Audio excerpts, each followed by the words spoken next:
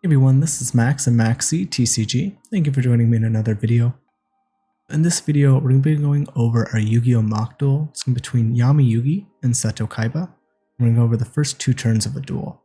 Originally planned to do Dire Duel, but just writing down all the competitive thinking for the plays and how they work out to really explain it and walk through the thought process, which I think is really important.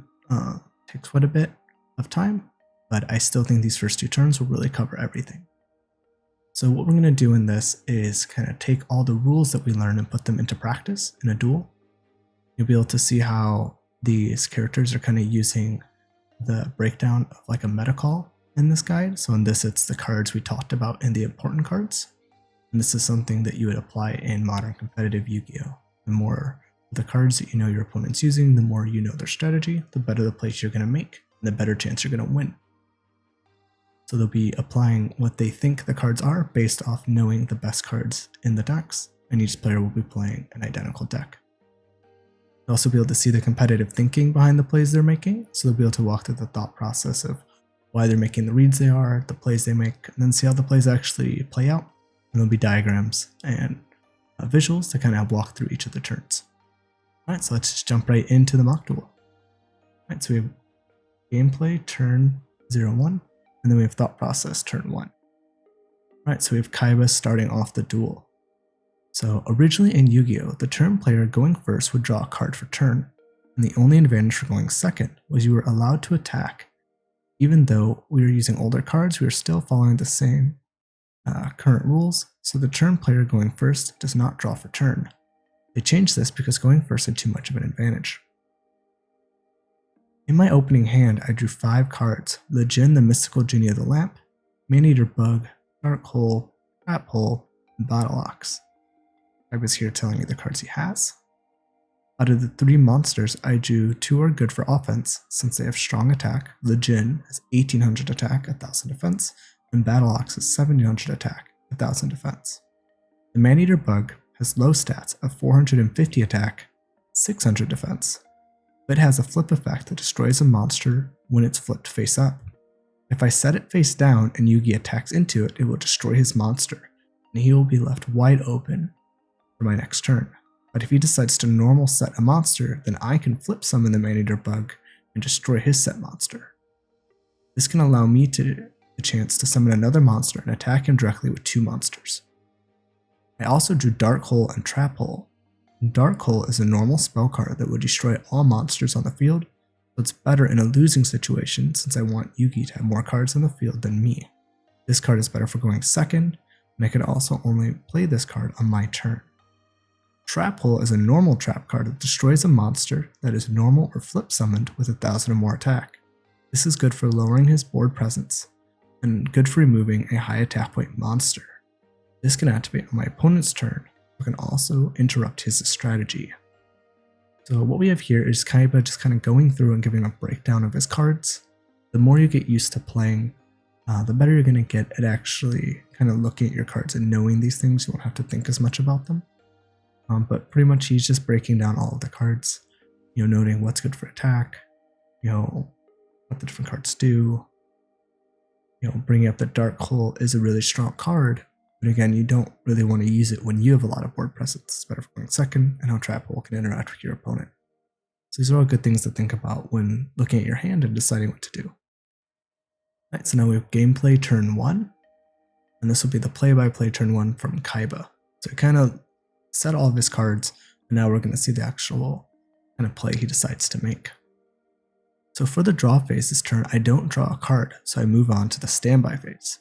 Here Kaiba's kind of narrating the phases as he goes through them.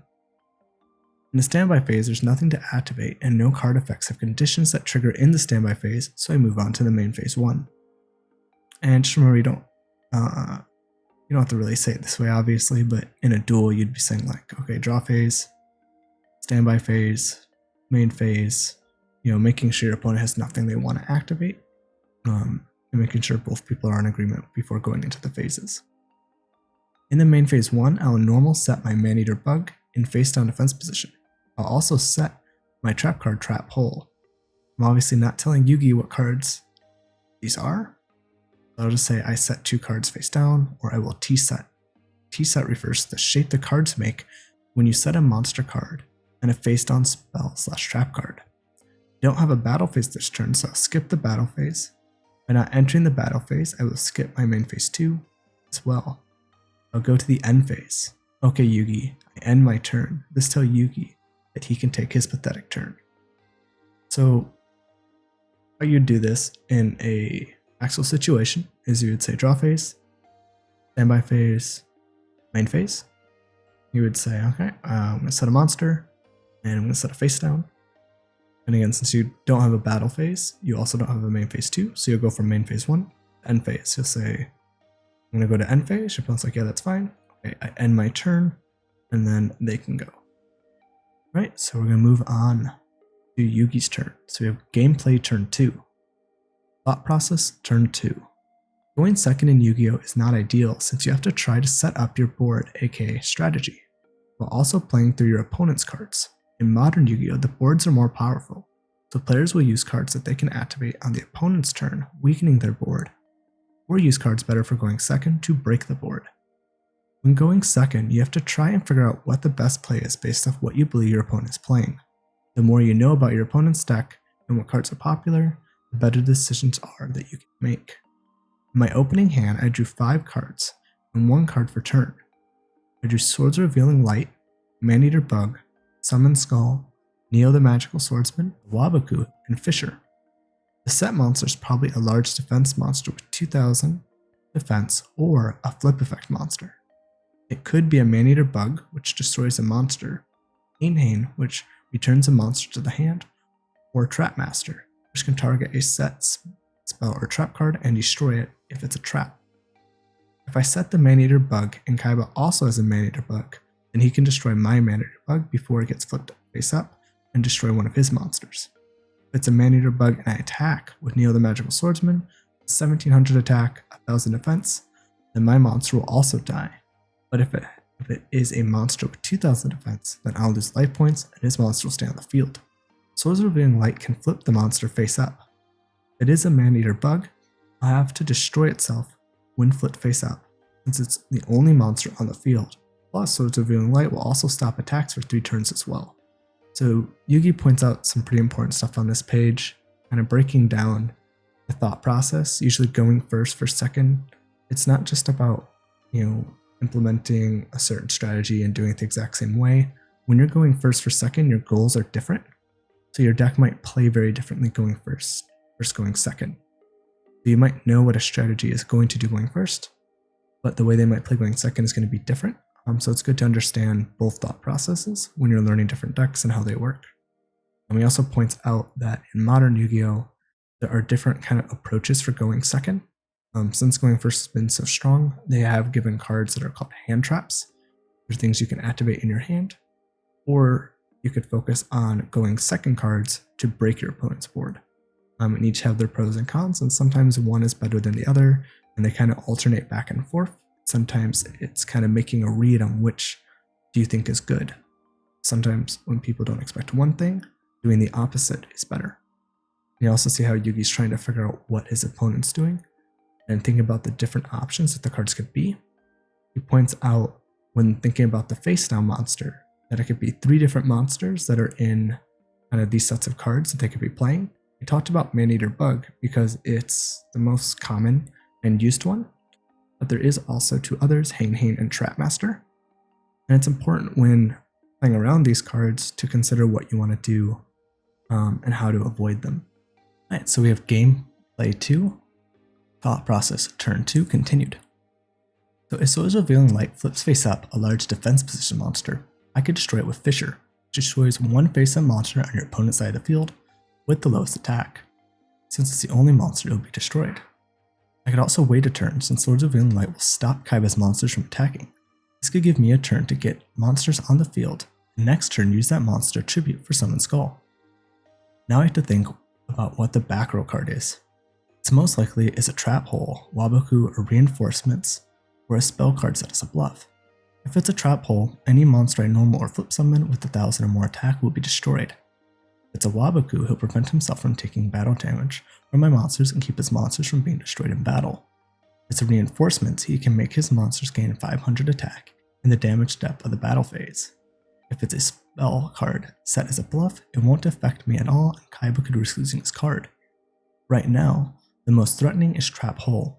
I can rule out Trap Hole if I normal summon Neil the Magical Swordsman and he doesn't activate his face down spell / trap card. My plan for now would be to activate Swords of Revealing Light to see what the face down monster is. If it's a man-eater bug, it'll be destroyed. Then I can normal summon Neil the Magical Swordsman and deal Kaiba's life points some damage. If it's a large defense position monster, I will normal set my man-eater bug, so the following turn I can flip summon it face up and destroy one of his monsters. If here we have Yugi kind of going through the thought process of what he's considering each of the cards to be. And right now it's sounding that Swords of Revealing Light seems to be the safest play. If it's a big monster, he can wait it out. If it's a man-eater bug, it'll have to destroy itself. I'm going to go over that a little bit more in the next panel. And for the trap card, he's kind of ruling out what he thinks the cards could be. Now, one thing to note, just because a card can activate when something happens, like it meets its trigger, which would be, for Trap Hole, a monster being normal or flip summoned with 1,000 or more attack, doesn't mean your opponent has to activate it. For example, if that is a man-eater bug, if Kaiba were to Trap Hole the Neo the Magical Swordsman, then the man-eater bug is nothing to destroy next turn. So it might be better to let the Neo Magical Swordsman attack, destroy it and a man-eater bug, and then Yugi's life points are open for the following turn. It can kind of depend on what you want to do. Sometimes waiting too long to activate a card means you miss like a good window to use it. Sometimes it'll get destroyed, or you won't be able to activate it anymore without it being negated. There'll sometimes be a situation where it's bad to wait, but sometimes you can actually throw your opponent off by waiting at a point they normally wouldn't expect to hit them with the trap card. Another thing too about the bluff. So we're saying here that if it's a bluff, it won't affect him and Kaiba could lose his card. That's only if Yugi acts that it's a bluff and plays into the fact that he thinks it's not a card that can hurt him. If he were to think that that it is a real card when it is a bluff, that can actually change the way he plays and affect him and actually make it worse for Yugi. So bluffs will kind of depend on if you're calling or not as a bluff, on how well it works. For example, if he were to set, in this case, Kaiba's Dark Hole and the Trap Hole, then that might be even more scary as a bluff, but that also then becomes more risky for Kaiba. So it kind of depends on if you're thinking it's multiple trap cards or if you think they're both spell cards. So it kind of depends how you play into the bluff. All right, so move on to the next turn to see how it plays out. So you have gameplay turn 2, play-by-play turn 2. For the draw phase this turn, I drew the normal spell card Fissure. In the standby phase, there's nothing to activate and no card effects have conditions that trigger in the standby phase, so I move on to main phase 1. Remember in this, Yugi's going to be like, draw phase? I was like, go ahead. Standby phase? Yeah, that's fine.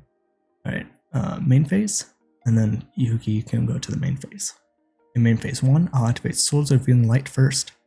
If I were to summon a monster or set a spell or trap first, then the monster being flipped face up could use its effect, if it's a flip effect, to destroy one of my cards. A couple things here, remember, as Yugi is the turn player, he's the one that's activating his cards. It's his turn, he'll get to go first, but he gets to have the first action of activating the card.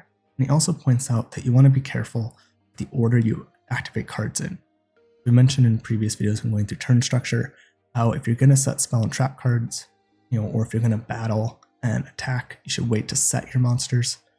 You don't want to activate something and play into it. So for example, if that's a man-eater bug, which we know it is, if Yugi was to set his own man-eater bug, or even summon his own, the Magical Swordsman, and then activate Swords of Revealing Light, the man-eater bug will be able to destroy his the Magical Swordsman, or his man-eater bug if it was face down.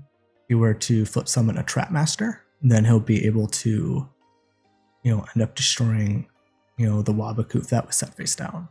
In this case, we want to flip the monster face up to see what it is, and then play our cards.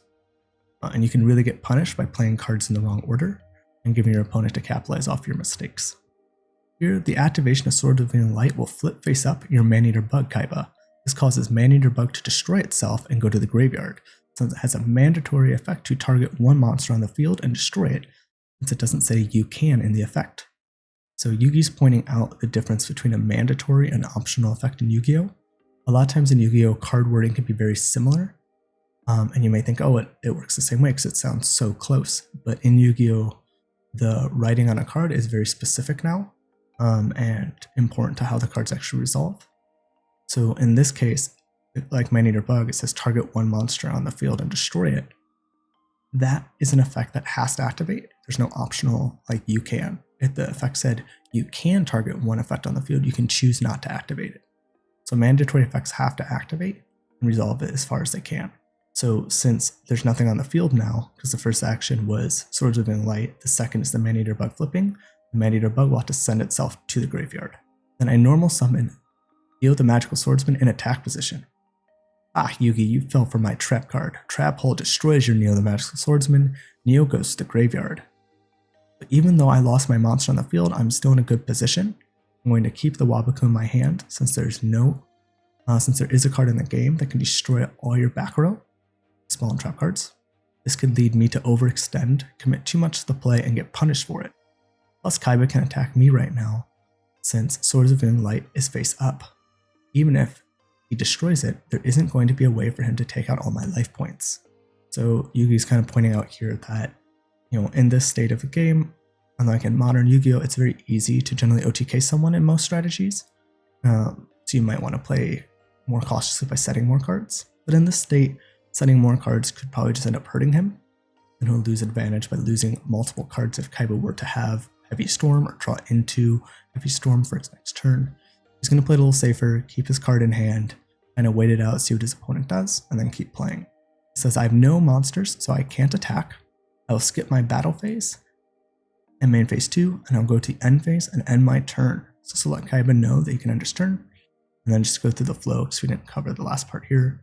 So after the Maneater Bug was destroyed by its own effect and went to the grave, Yugi summoned Yugioh the Magical Swordsman as the third step. Kaiba activated Trap Hole in response, and that caused the the Magical Swordsman, as like the fifth thing to happen, to go to the graveyard. Kind of following this flowchart to see the order of the events and how they played out. Right, so that covers our mock duel and kind of a couple plays of how both players are thinking about what they're doing. Remember, going first versus second, you're going to probably think about your plays a little differently. And then in the next video, we're going to kind of go over the moving forward step, what I think the next steps are for after kind of understanding the basics, seeing a mock duel take place. We'll go over a mock duel overview, kind of discussing the mock duel a little bit more, different ways you can think about asking yourself questions in your own duels, competitive, or old school Yu-Gi-Oh, to kind of help yourself, try to make the correct plays. Also discuss, a small section of why I think this is the best option for going forward. A few tips on old school deck building, and we'll also go over the deck used in the mock duel. So if you want to build it online or in person, you can buy those cards. We're also going to go over different simulators you can use and different places that you can buy cards. There's different resources online for buying cards like TCG Player, Amazon, eBay, just stores when you go to like a Walmart. We'll kind of cover some options for buying cards, kind of what to know about them. We'll also discuss simulators. These are really great tools. There are a lot of third-party ones that will let you have access to every card in the game for free. And you can practice, duel friends online from anywhere. They're really great resources for getting better at the game and trying out strategies without having to spend money. So we'll kind of cover all that in the next video. If this is helpful, please like, comment, and subscribe. Let me know if you have any questions. I'll try to get to as many of those as I can. And I look forward to seeing you in the next video.